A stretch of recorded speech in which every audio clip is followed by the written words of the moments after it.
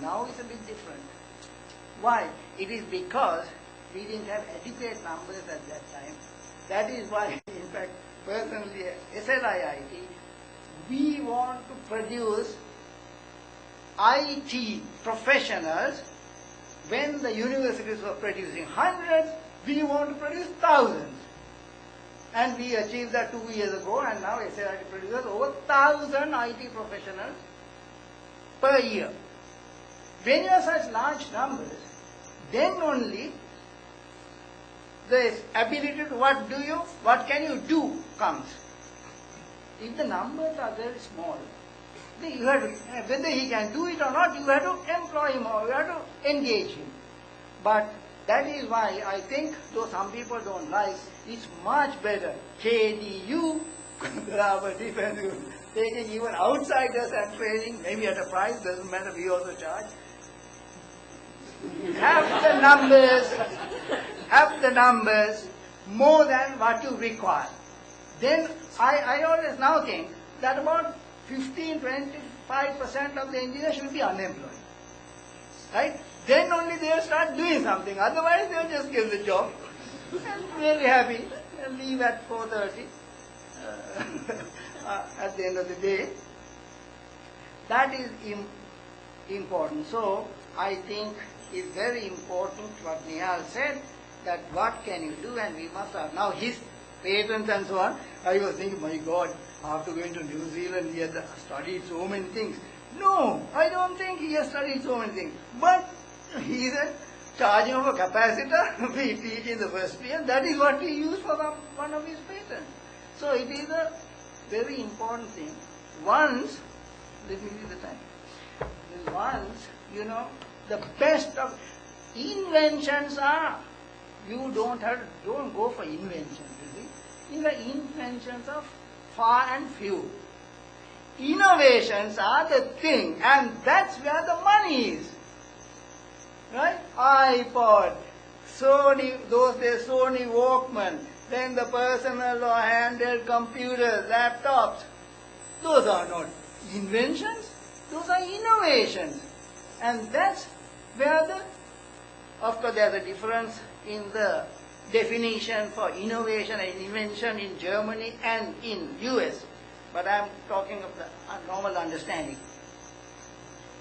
Innovation is an important thing. I think we must get our students, our engineers to innovate rather than press them to invent.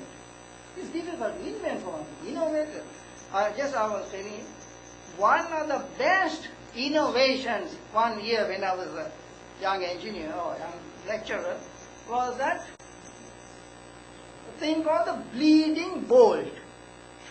Now in the aircraft, those who are using aircraft, they know how many rivets there are on the frame of the aircraft.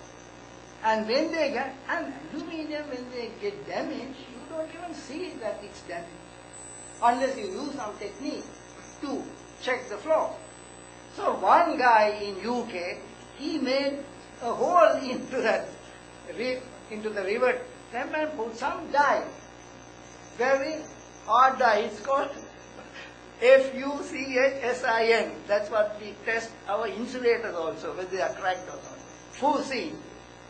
He had put a stopper on this side and put it on the aircraft. Now when it breaks, it's tainted, red. That's why it's called the bleeding bolt. So you don't have to have X-ray equipment, that, this and the other to see whether the rivets are okay. If it is bleeding, it's no good rivet. Now that won the first prize for inventions in 5 minutes 7. So that's why I say it's very important to innovate, and if you can invent, it's good, but innovation will have even more money, it will be easy also. Environment is an absolute requirement for us. It is very essential for our living. One day I went to some place in Pakistan. I forget that city now. I tried to go to the airline office, it was only 50 meters from the hotel. I went halfway and then I came back because my eyes were tearing and I couldn't stop it. That is how they looked after the environment. If the environment is so much of sulfuric acid and nitrous oxide and so on, I just can't walk even 25 meters. So what's the point in all these things, development, having cars, this and the other, if you are ruining the environment? For whose sake are we doing this development? So environment assessment, looking after environment is absolute requirement, as Niranjini said. When I was in Tokyo a long time ago, in the 60s, and I found that the policemen, they are wearing some masks in traffic direction and so on. My God, I thought, what is this country? But now you go to Varal or any other place, our policemen are using the same mask. You see? Now earlier, water was free, according to Buddhist thinking and so on. How can you charge for water? It's an essential thing for man. But look at the water board. They'll come and give you a bill at the end of the month or in the middle of the month. And you think that this oxygen will be free for you. You wait and see, one day for breathing oxygen you will have to pay. Right? So it is in that view, with that kind of thinking, you must think of the environment. You know, one day I was listening to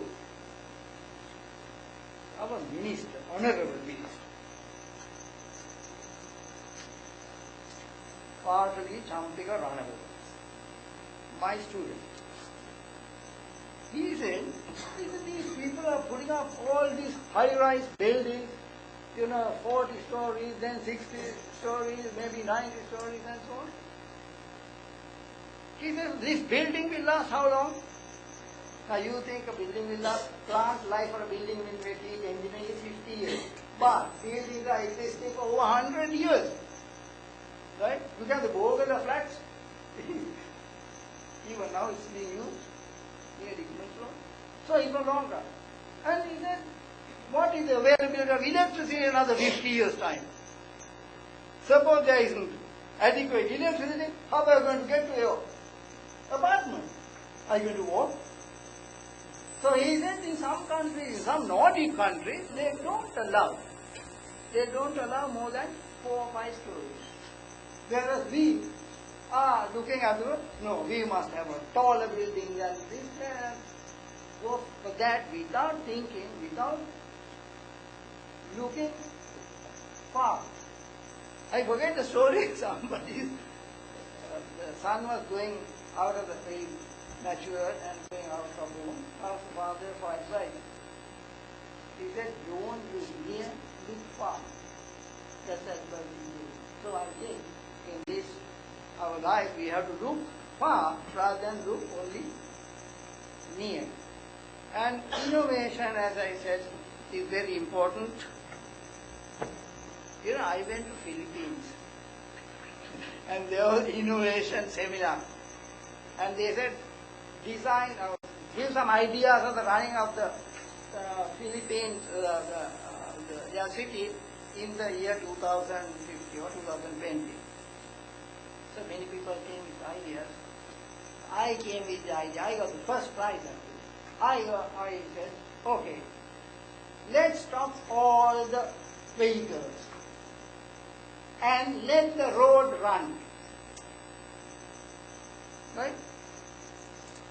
Let us not use vehicles, stop all the vehicles and let the road run. And if you want to go somewhere, you get onto the road. The road will move. And, all these things are practical things. First time I saw a thing like that was in the airport in Paris. Even London didn't have that.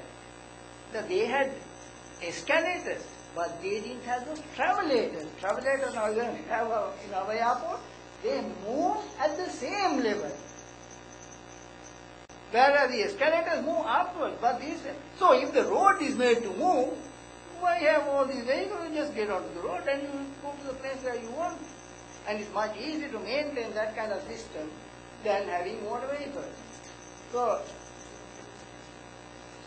then I think I have to stop now. Now I want to just say one or two words.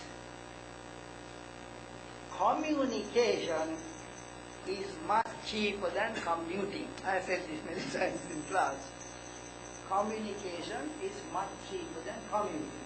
So don't think of, now it has happened unfortunately for some societies, rather than going and seeing your parents, you just call them or use the Skype.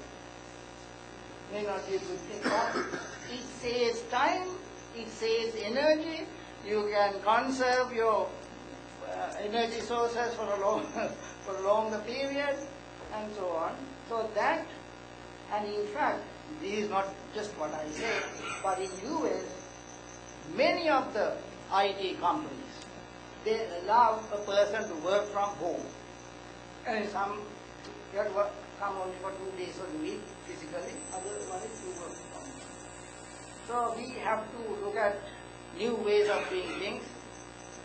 Innovation is a must. Conservation of environment is a must if you want to live longer. And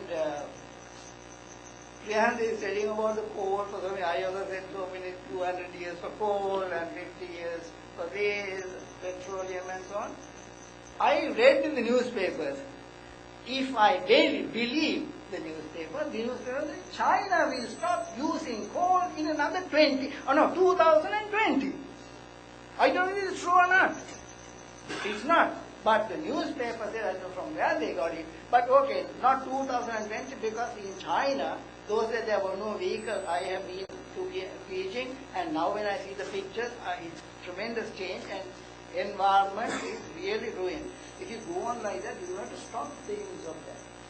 So it's a good thing that if Chinese stop using coal, I think our coal prices will come down and it will be good for us for some time at least.